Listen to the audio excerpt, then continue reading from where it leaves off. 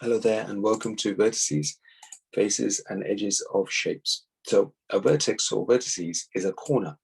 So every corner of a shape is what we call a vertex or vertices if it's more than one. So this is what we call vertices. These are corners of shapes, okay?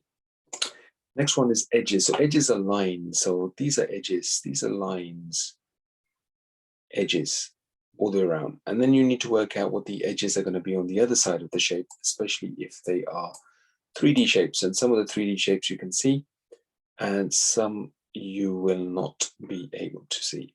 So these are what we call edges in terms of lines.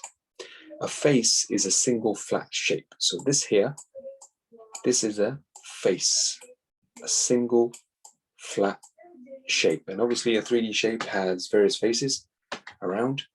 And you can look at the example of a cube. So a cube has 3 squares meet at each vertex. So 6 faces altogether, 6 flat faces, 8 vertices, that was 8 corners, and 12 edges altogether. All right, so use this to help you answer the rest of the questions, and good luck with these.